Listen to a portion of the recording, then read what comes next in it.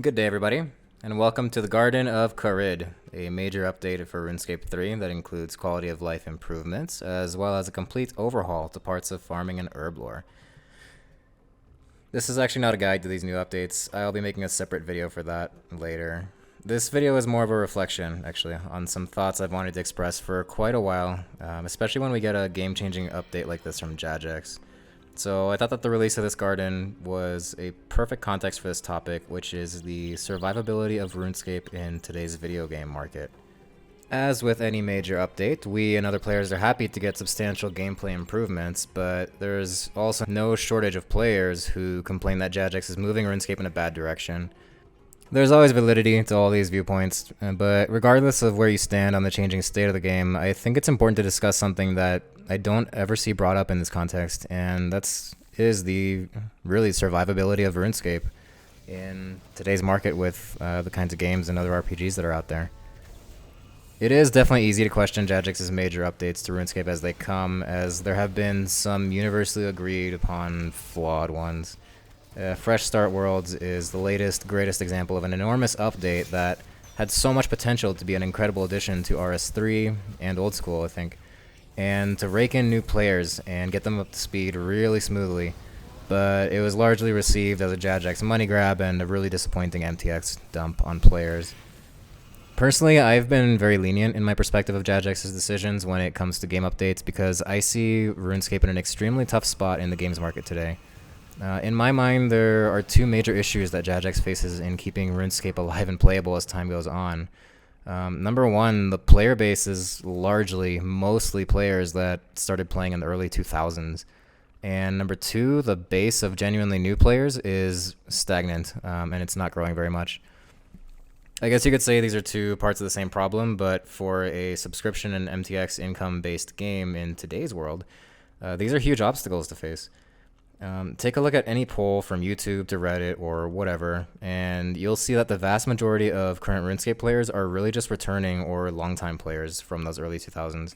Not to mention that the number of total players at any time is totally skewed because many players have accounts in the form of like money farming alts and bots. This means that RuneScape's player base, for the most part, is literally unchanged from the early 2000s and has grown very little to reach out to new players experiencing RuneScape for the first time in recent years. It also means that eventually, if things continue this way, the only existing player base will eventually get bored of the grind to true maxing and whatever else and quit.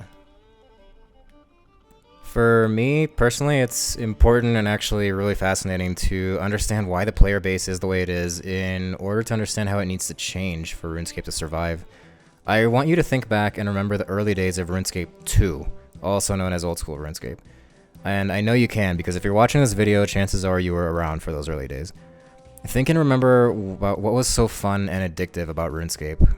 For me, I remember spending an entire day of summer vacation mining iron and coal, and this would be in like 6th or 7th grade, and then smelting steel bars out of all that iron and coal, running to Falador East Bank every 28 ores, because that's how much your inventory could hold, making the furnace runs, shuttling and banking every 9 steel bars, until finally, at the end of my long and fun, I guess, day, I had about 500 steel bars, so I could make the hop to World 2 Falador Park and sell them at 200 GP each for a grand total of 100k GP for my day.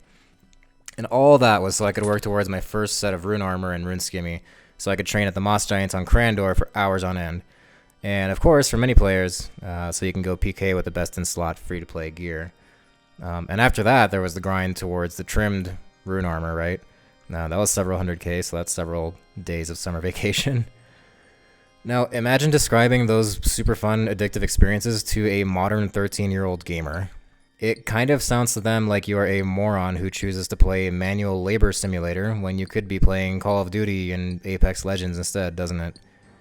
But to you, I bet all that brings back feelings of nostalgia. So, what was it about the old Grindscape that we love so much? It's honestly something I've given a lot of thought to, because it has been a major part of my life. I'm one of those players that started in 2002, so for 19 years at this point, and just played on and off.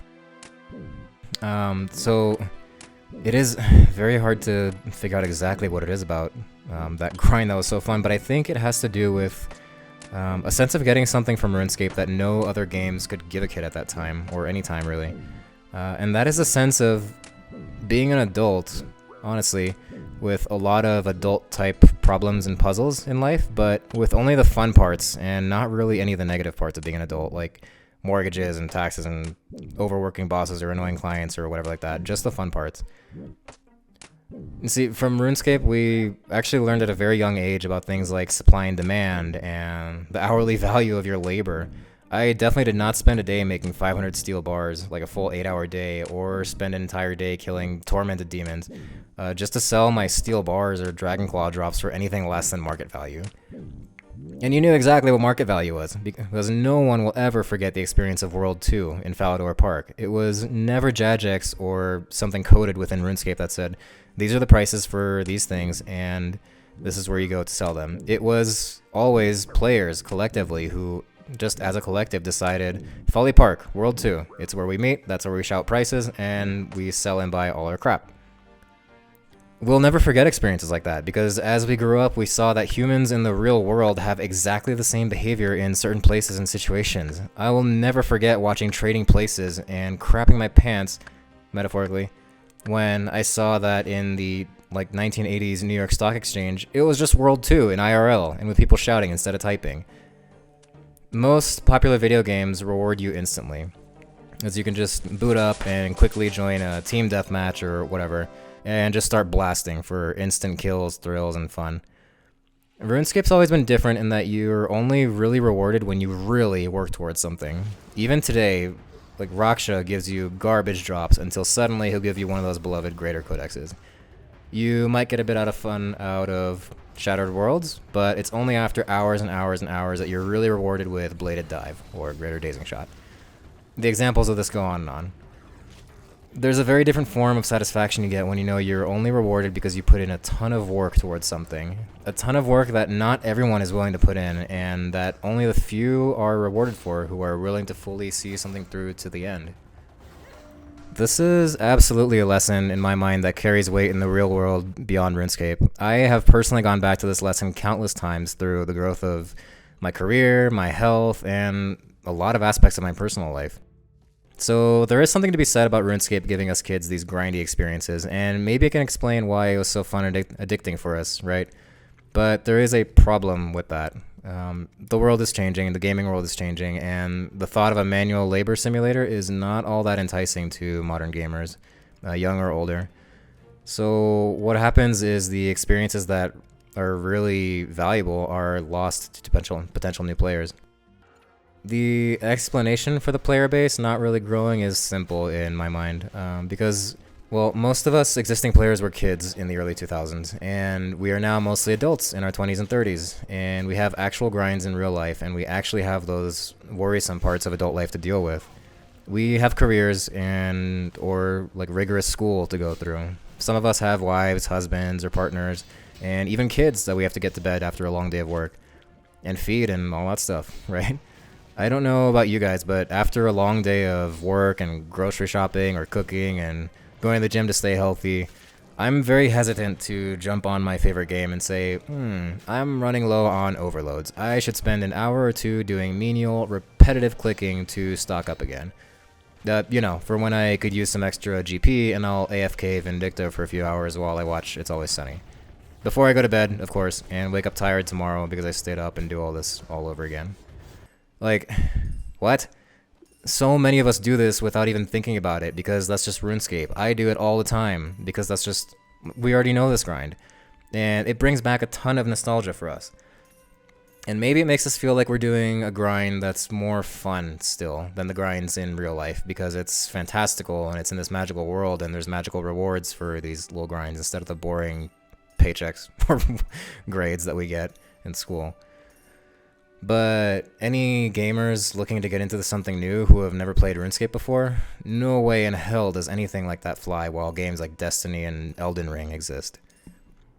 To bring us back to the Kharid Garden update, really quick, the biggest complaint I've seen from players around this is the reduction of herb drops in favor of more herb seeds, right? Which, by the way, can be planted multiple at a time instead of one at a time to greatly increase the yield of farmed herbs and reduce the amount of farming runs you have to do.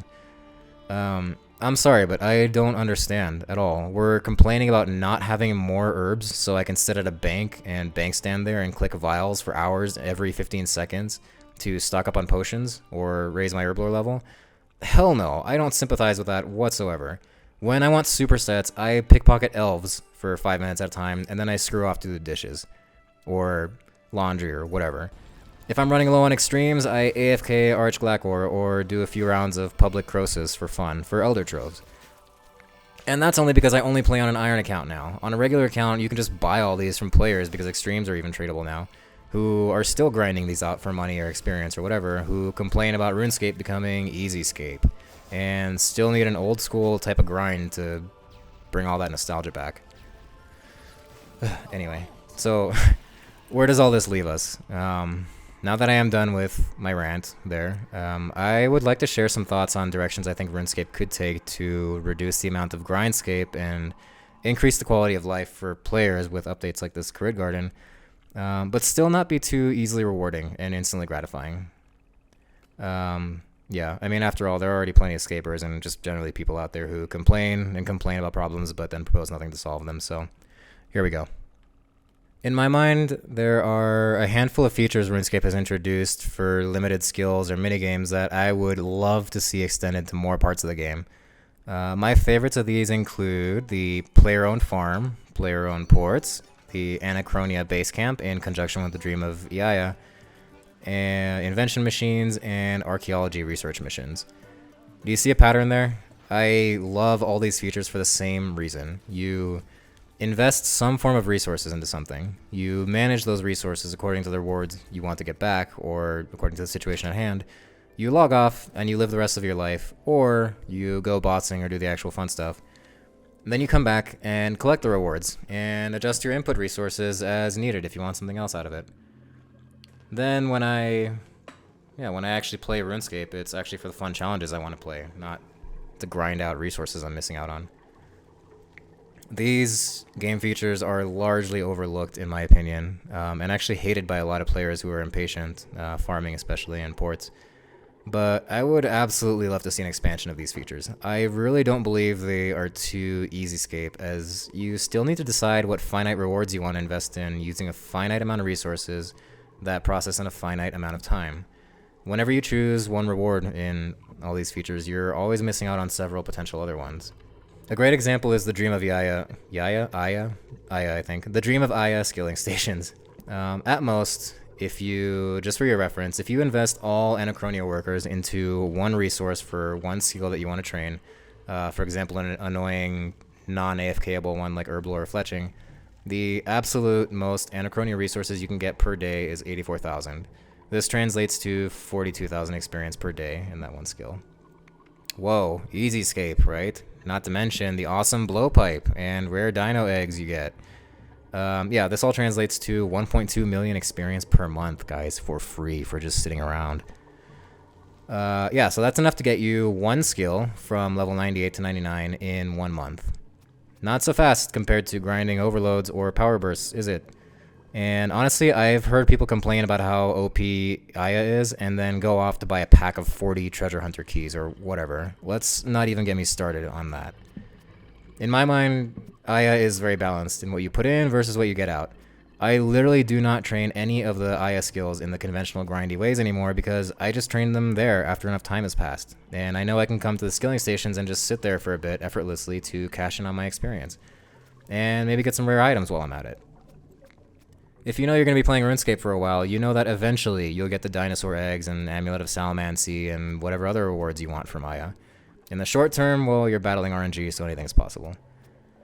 By the way, for irons, this type of update is absolutely a godsend for reasonable experience in farming with the dinos and those other annoying skills, and a medium difficulty way to obtain a range weapon that's above tier 70. Anyways, so how do I think Jagex can extend this type of thing? Well, we were just given a reborn wilderness, right? How about a reborn wilderness city with a resource management similar to Anachronia? How about a set of workers or something that you can give supplies to for some sort of reward over time? Off the top of my head, druids, who you can give potion ingredients to, pay a fee in some form of currency, like the Anachronia style resources, or even GP, whatever, and they'll make you some number of potions per hour. How about workers who take logs and bowstring and fletch you bows, or take hides to craft armor? I don't know how many of you know this, but farming tensile components on iron accounts especially really blows, so that's kind of why I mentioned these really specific examples.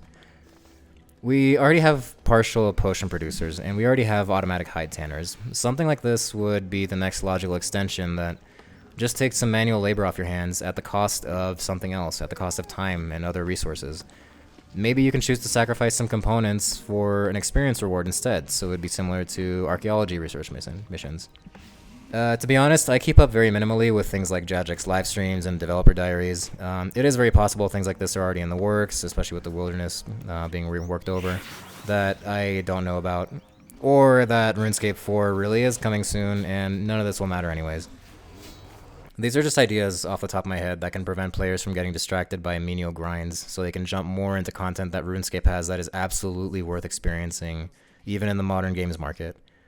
RuneScape does, in my opinion, absolutely have some of the best PvM and other challenges I've seen in any modern games. I play a few other games, mainly RPGs like Monster Hunter. I'm well versed in things like the Elder Scrolls series and their various spin-offs, and I've heard all about Elden Ring. I've played through challenges these games have that most gamers call extremely difficult, and I have to laugh. Nothing in any other game I've played compares to something like Scala Zook's challenge shortly after release. I have still never attempted Raksha, Solak, Vorago, or Telos because they're difficult for me. Like, I literally can't. The difficult boss fights people talk about in games like Sekiro and Elden Ring are, in my opinion, on the level of difficulty of like fighting Vindicta with tier 80 gear. You know, when you still have to figure out how to resonance and you can't just Crypt Bloom through all the fires just yet and you have to actually like try and learn the mechanics. Yeah, difficult, right? I don't know about you, but I have never played another game that released a challenge like Zook, for example, just to say to all its players, we don't care if you've been at this for literally the past 20 years. You are not ready for this. You have never tried anything like this, and you will die hard your first run through. The only question is, really, are you satisfied and comfy with where you're at, or do you want to see if you can step up and really do this thing? As they, you know, dangle those igneous capes over our noses. There was an incredible satisfaction back in the day to overcoming the fight caves when they first came out. And we had to prayer switch without hotkeys. Or when we beat the fight kiln, that stepped it up. And of course, there's the greatest satisfaction to downing Zook and all his waves in one run. Yet another seemingly impossible challenge. Until you figure out that, hey, you know what? You can do a flawless run. And maybe you can even do a flawless hard mode run. All these challenges that seemed impossible were just needed some practice. Just needed to be overcome. And you figure out that you can do it. There's so much content in RuneScape that would be worthwhile for all RPG gamers to experience. But it's also so blocked behind layers of tedious grinding that no new gamers ever get to experience it. I would love to see RuneScape turn more and more towards the modern style of resource management and city builder games that reward you over time with essential resources you choose and help you gain experience while you're logged out. Forget AFK, let's take this to the next level. And to take it a giant leap further, that actually as a software and game developer myself, I realize would be monstrous to implement, but just hear me out. What if you could continue skilling after you're logged out? What if there was, let's say, a 2-hour timer where if I'm chopping acacia trees and I log out, I still gain experience over the next 2 hours, but at a very reduced rate? Oh, and guess what? For Premier Club members, for example, it's 4 hours of further experience gain instead of 2 while you're logged out. So there you go. Jagex gives a useful incentive for players to buy a subscription and spend more money. So why would I suggest something like this? It probably sounds crazy to a lot of people listening. Because I have literally talked to players who work as cashiers or cooks or whatever, have day jobs, and have RuneScape running on their phone for 8 hours in their shift, mining dark animica with porters and stone spirits, because that's the only time they have. That's the only way to get mining experience and to get some GP. I have, and don't you even dare pretend you haven't if you have this kind of work, or school. I have definitely sat at archaeology plots or whatever through meetings at work, through classes at school, through movie nights at home, whatever. Don't you dare pretend you haven't. And so what is the point, really, in the year 2022 of this kind of a gaming experience? If you're chilling with Netflix and you have the option of constantly tapping your phone to prevent logout and go bank every 5 minutes while you're just AFKing some skill, or you have the option to log out and just gain half the experience you would have, let's say, without any of the extra effort. Are you telling me you wouldn't think about it? And are you telling me that your experience in RuneScape might not be better? If there was a druid who you could give overload supplies to, and let's say he even consumes half of them as a tax to produce you half the normal amount of overloads along with some herblore experience, you wouldn't consider it? Maybe let the druid work overnight and wake up to some overloads in the morning? I know that not everyone will agree that these types of things would be positive additions to RuneScape, but in my personal opinion, it's really the only way a game like RuneScape 3 can survive the modern marketplace, because eventually all you nostalgia grinders who are the core player base will get bored and move on, like I eventually will too. Well, that's all I had to say. Whether you agree with me or not, if you enjoy watching this type of content, please consider liking and subscribing. It helps out my channel quite a lot. I hope this gave you guys some food for thought. If you have any comments, if you have agreements, disagreements, if I missed something, if there is something else about the RuneScape experience that I'm really missing, like if you really get something else out of it, please let me know in the comments. Let's have a discussion on this. I think it's really important. Anyways, I'll catch you guys in the next one. Thank you.